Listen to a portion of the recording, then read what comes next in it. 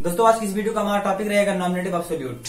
Nominative absolute का मतलब होता है, जहां तक आप लोग को पता होगा कि ऐसा से है सब्जेक्ट होता है जो वाक्य में फ्री होता है और इसका प्रयोग हमेशा पार्टिसिपल से पहले किया जाता है। यह है ऐसा सब्जेक्ट होता है जो वाक्य में हमेशा फ्री होता है और इसका असर, इसका जो इफेक्ट होता है, इसका प्रभाव किसी भी वाक्य के वर्ब पर नहीं पड़ता है, क्योंकि यह किसी भी फाइनाइट वर्ब का ना ही सब्जेक्ट होता है और ना ही ऑब्जेक्ट होता है। ओके, तो हम लोग पहले नॉमिनेटिव एब्सोल्यूट के बारे में जानेंगे और उसके बाद तब उसके रूल्स के बारे में जानेंगे। हम लोग पहले इस बात पर चर्चा करेंगे कैसे हम लोग पहचानेंगे कि किस सेंटेंसेस को देख करके हमें यह पता रहेगा कि यह, इस पर हम लोग नॉमिनेटिव एब्सोल्यूट का प्रयोग करके combination of one simple sentence लगाएंगे। ठीक है ना, जैसा कि हम लोगों ने पहले वीडियो में पढ़ा था और उसके भी पहले हम लोगों ने पढ़ा सिंथेसिस। जब हम लोग शुरू किए थे बेसिक से, तब सिंथेसिस के फर्स्ट वीडियो में हमने आपको ये बताया था कि सब छोटी बड़ी मिलाकर के 8 विधियां हैं,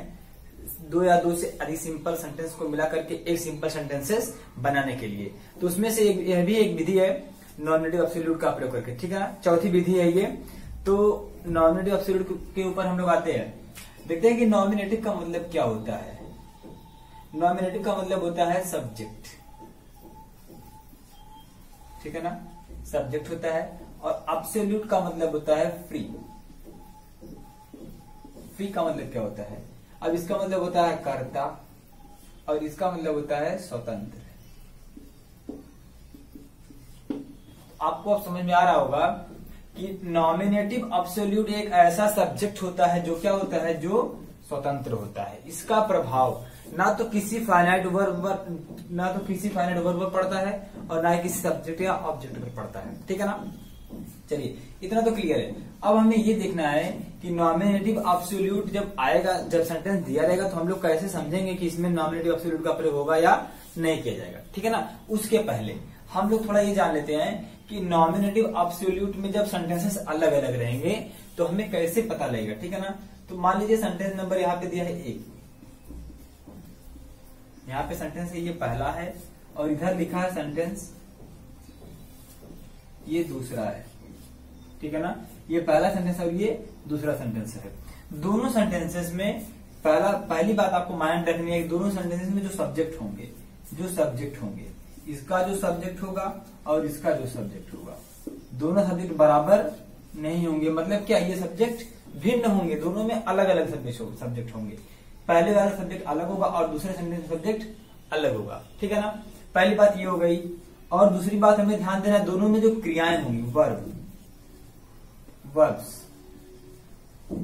वर्ब्स होंगी वो भी अलग अलग होंगी। ठीक है ना, क्रियाएं तो हमेशा अलग रहती हैं।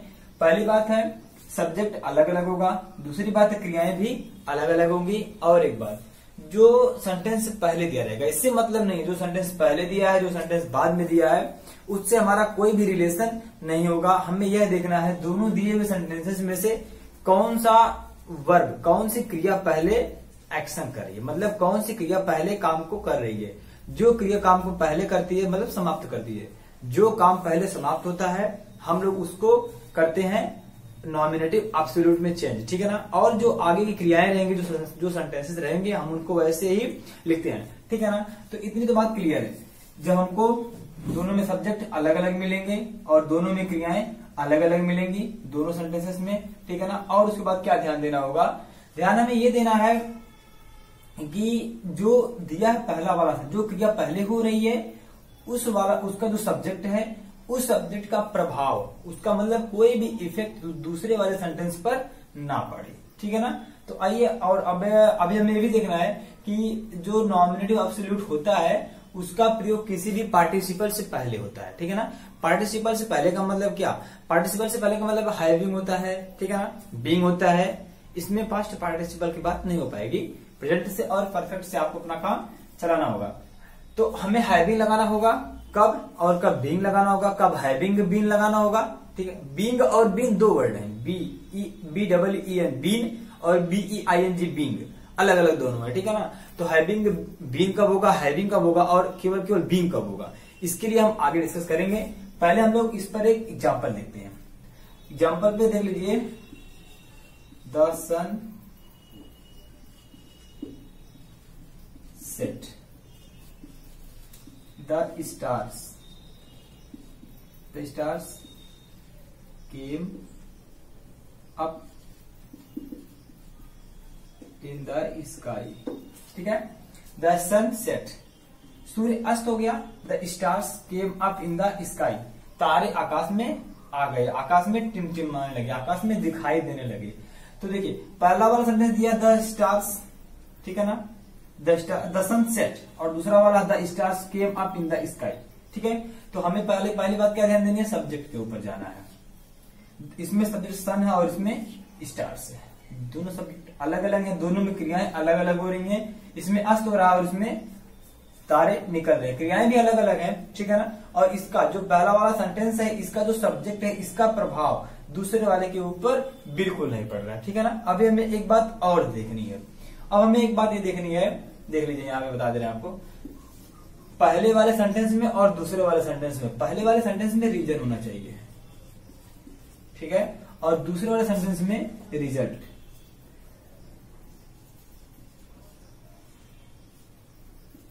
ठीक है ना, रिजल्ट।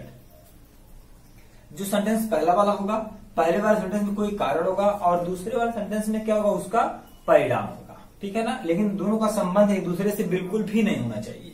पहले वाले में रीजन होगा, अगर कोई परिणाम निकलता है तो उसका कारण क्या है, और अगर कोई कारण तो उसका परिणाम क्या है। वो दोनों सेंटेंसेस में आपस में यही रिलेशन होता है, लेकिन दोनों का जो सब्जेक्ट है वो आपस में संबंधित नहीं रहेंगे। तो पहली बात हमारी मिली, दोनों में सब्जेक्ट अलग अलग हो गए, क्रियाएं अलग अलग हो गई। अब इसके बाद तीसरा नंबर क्या ध्यान देना है, रीजन और रिजल्ट का हमें रिलेशन भी लगाना है वहां पे।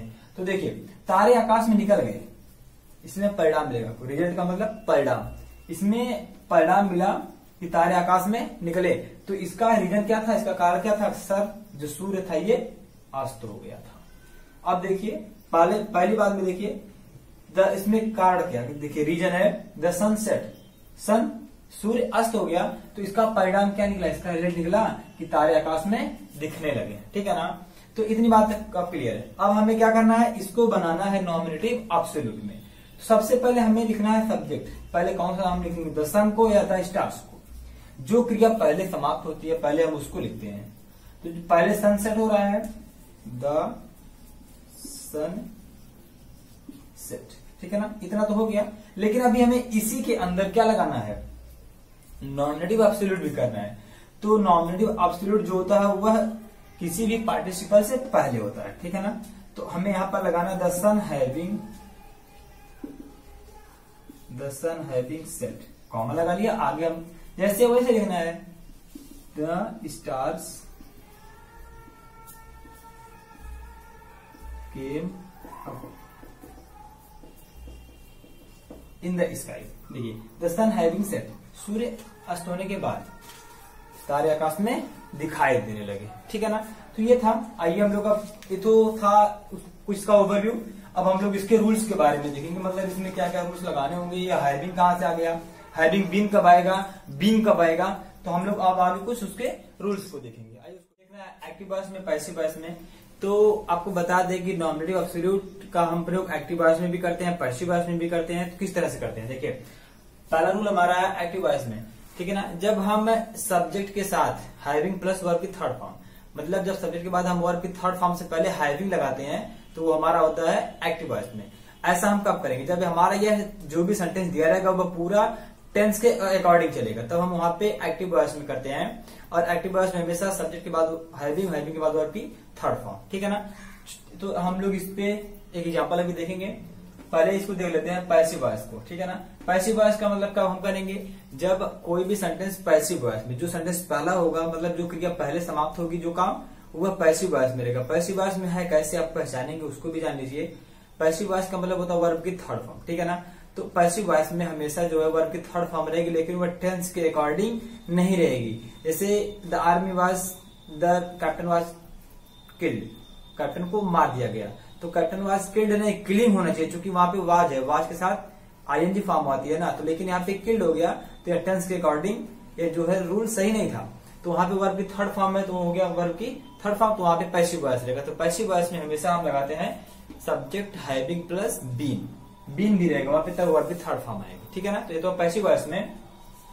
और ये वाला थर्ड नंबर है, लास्ट वाला नियम है, जब is am are was verb का प्रयोग सेंटेंस में मेन वर्ब की तरह हुआ हो, हेल्पिंग वर्ब की तरह ना हुआ हो। मतलब कैसे आप पहचानेंगे कि मेन वर्ब की तरह है कि हेल्पिंग वर्ब की तरह है?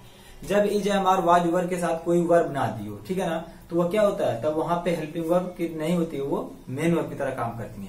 तो आइए एक एक एग्जाम्पल देखते हैं। पहला हमारा एग्जाम्पल है द बेल रैंग, घंटी बजी, द स्कूल क्लोज्ड, स्कूल बंद हो गया।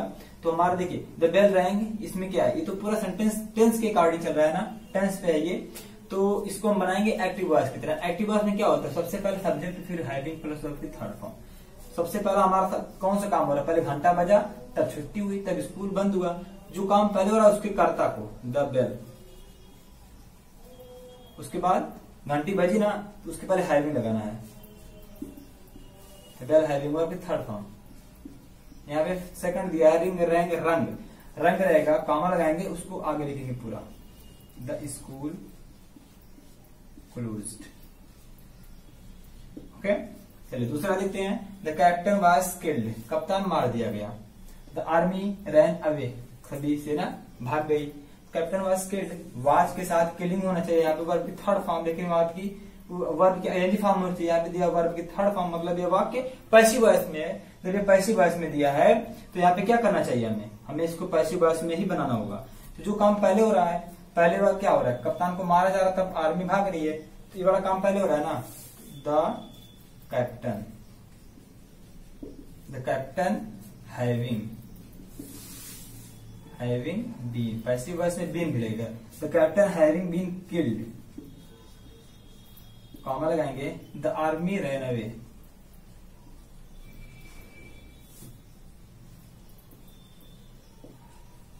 आर्मी रैन अवे, ठीक है ना। चलिए एक एग्जांपल और देखते हैं हम लोग, the play was over all left the field. देखिए अब ये जो दो एग्जांपल है ये इस पे दोनों बेस्ड है, ठीक है ना। मतलब क्या, अगर सेंटेंस ऐसा हो जिसमें was is am are was verb का यूज मेन वर्ब की तरह हो, हेल्पिंग वर्ब की तरह ना हो, आई मीन यहाँ पे कोई वर्ब ना दी हो, कोई काम ना हो, तो द प्ले वाज ओवर, खेल समाप्त हो गया, ऑल लेफ्ट फील्ड, सभी लोग मैदान से चले गए। तो यहाँ पे क्या करना होगा, हमें सबसे पहले लिखना है दोनों में से जो काम पहले हो रहा है। काम तो पहला क्या है, पहला काम हो रहा है कि खेल खत्म हो गया, तो सबसे पहले द प्ले, इसके बाद क्या करना है, अब हमें लगाना है बीन, जहां पे is am are was verb का यूज होगा मेन वर्ब की तरह, वहां पे हमेशा बीन लगाना होगा, द प्ले बीइंग ओवर, ठीक है ना, द प्ले बीइंग ओवर, कामा लगाएंगे यहाँ पे, आगे ऑल लेफ्ट द फील्ड, ठीक है ना। अगला एग्जांपल हमारा है, the picture was interesting, we enjoyed it very much. इसको बनाएंगे, the picture being interesting, comma लगाएंगे, आगे हमको लिखना है वैसे ही, we enjoyed it very much.